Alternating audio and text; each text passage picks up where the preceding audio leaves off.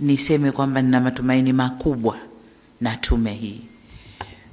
Jana nilikuwa nasoma article fulani, wenzetu wapinzani wanasema hawana imani na tume yote ya ndani.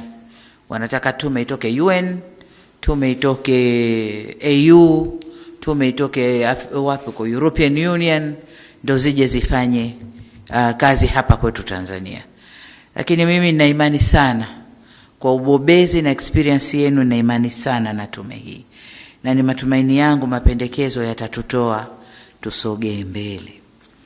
Sasa baada ya kusema hayo, niseme tu kwamba tume hii nimeizindua rasmi na nawatakia kazi njema.